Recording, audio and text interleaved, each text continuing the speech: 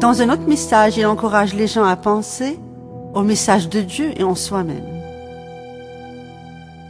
Le Créateur a dit: « Nous leur montrerons nos signes dans l'univers et en eux-mêmes, jusqu'à ce qu'il leur devienne évident que c'est cela le Coran, la vérité. » Apporte 12 billes, numérote-les de 1 à 12, et mets-les dans un sac.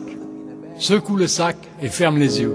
Sors ta bille numéro 1, et fais-les sortir une par une.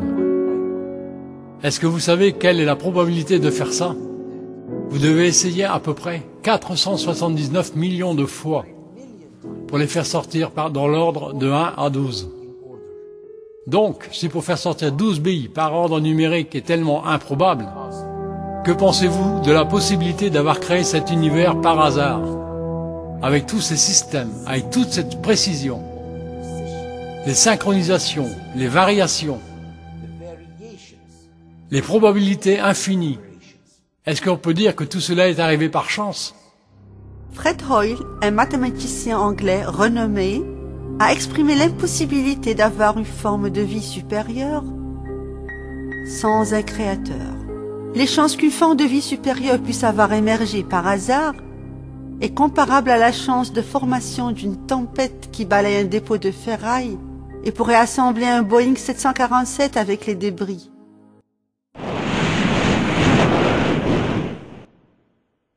Toutes les tentatives des évolutionnistes du XXe siècle qui démontrent l'origine de la vie ont échoué.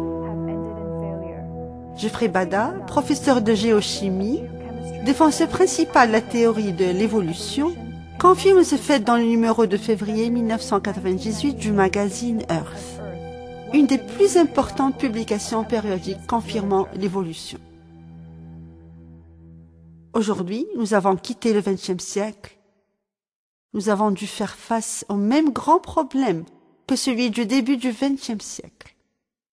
Comment la vie a-t-elle commencé sur Terre? Après de longues études et plusieurs expériences, le renommé biologiste français Louis Pasteur a réfuté la base de la théorie de l'évolution. Est-ce la matière peut se former par elle-même? Non. Aujourd'hui, il n'existe pas un seul cas qui puisse confirmer que les êtres microscopiques sont apparus sur Terre sans parents qui leur ressemblent.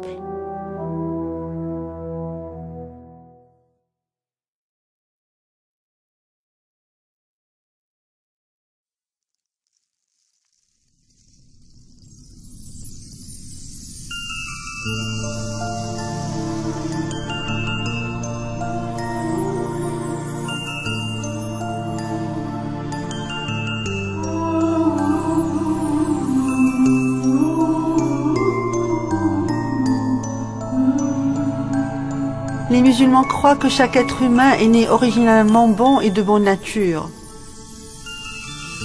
Ce qui veut dire que personne ne pourra dire le jour du jugement: « Oh mon Dieu, vous ne devriez pas me punir parce que c'est vous qui m'avez créé naturellement mauvais. » Un des aspects les plus admirables de l'islam est le fait que nous ne croyons pas que l'être humain soit né avec le péché originel. Mais qu'en fait, nous croyons que le Dieu Tout-Puissant est le créateur du monde entier et a inspiré aux êtres humains la possibilité de le reconnaître et de s'approcher de lui, et de l'adorer et de le servir. Donc, au lieu du péché originel, nous croyons en tant que musulmans en la bonté naturelle. Les musulmans croient que tous les êtres humains sont nés sans péché originel. Bien que nous croyons que tous les êtres humains sont nés d'Adam et qu'Adam a créé de poussière, nous croyons aussi que si quelqu'un pêche ou commet un crime, lui seul sera châtié le jour du jugement et non pas ses fils, ou ses petits-fils, ou les fils de ses petits-fils.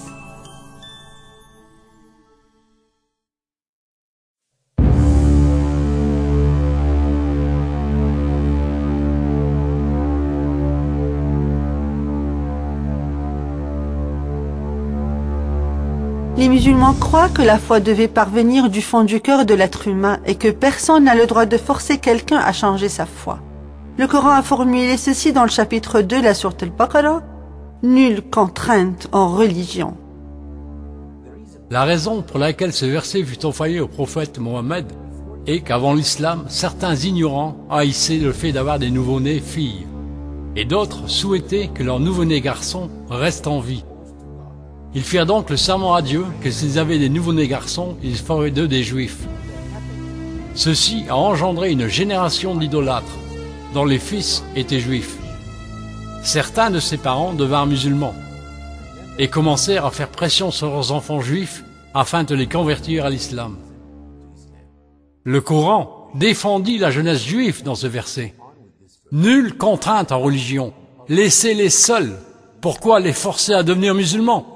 Personne ne peut forcer quelqu'un à devenir musulman, simplement parce que l'islam est une action du cœur.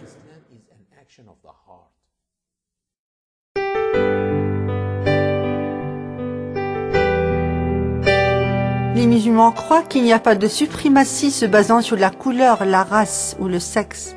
Dieu a dit dans le Coran, « Le plus noble d'entre vous auprès d'Allah est le plus pieux. »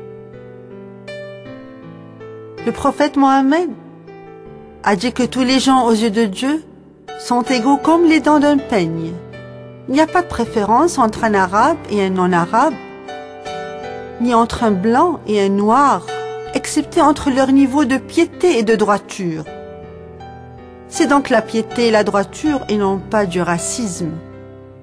Ceci prouve que les musulmans croient que Dieu le Tout-Puissant n'a jamais choisi les Arabes pour être le peuple choisi, ou les Juifs, ou n'importe quelle autre race.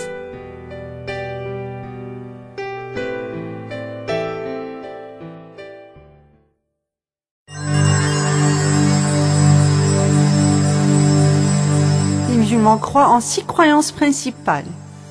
Croire en Dieu, Allah, aux anges de Dieu, aux écritures de Dieu, ses messagers, le jour de la résurrection et la destinée divine.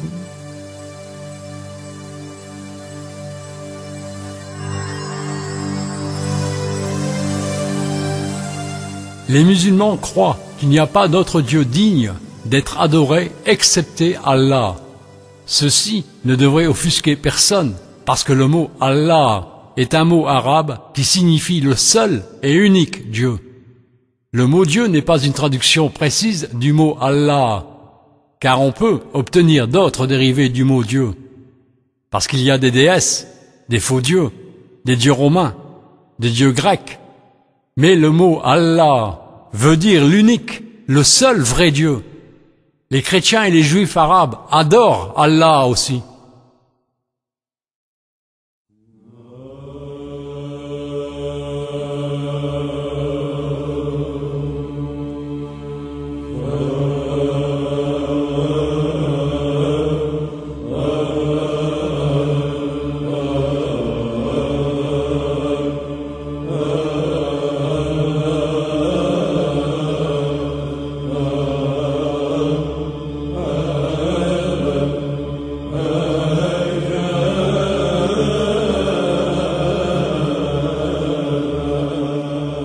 À la première page de la Bible des chrétiens arabes, le mot Allah fut répété 6 fois au premier paragraphe de la Genèse, pour arriver 17 fois jusqu'à la fin de la première page et une centaine de fois dans la Bible.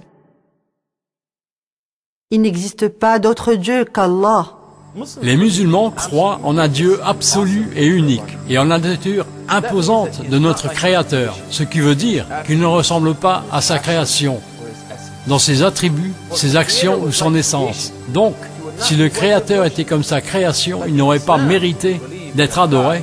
Mais en islam, nous croyons que Dieu, Allah, est le seul et unique et ne ressemble pas à sa création. Pour cette raison, les musulmans ne le dessinent pas, ne le personnifient pas. Nous croyons aussi qu'Allah, le Tout-Puissant, est le Créateur de l'univers. Il est le miséricordieux et nous a offert tout ce qui existe. Des oiseaux du paradis, les poissons des mers, les montagnes, le ciel, les étoiles. Il est si généreux qu'il donne même à ceux qui dénient son existence, comme Karl Marx. Essayez d'imaginer Karl Marx recevant la facture mensuelle de sa consommation d'oxygène, lui disant « Karl, si tu ne payes pas, nous couperons ton oxygène. » Mais non, Allah, le Tout-Puissant, est miséricordieux. Même ceux qui ne croient pas en lui reçoivent sa miséricorde et sa générosité. Les musulmans croient qu'Allah est unique. Rien n'est comme lui. Il est le créateur des hommes et des animaux. Il ne ressemble pas à l'être humain. Il n'y a aucun animal, il n'y a aucune plante. Il dépasse toute imagination.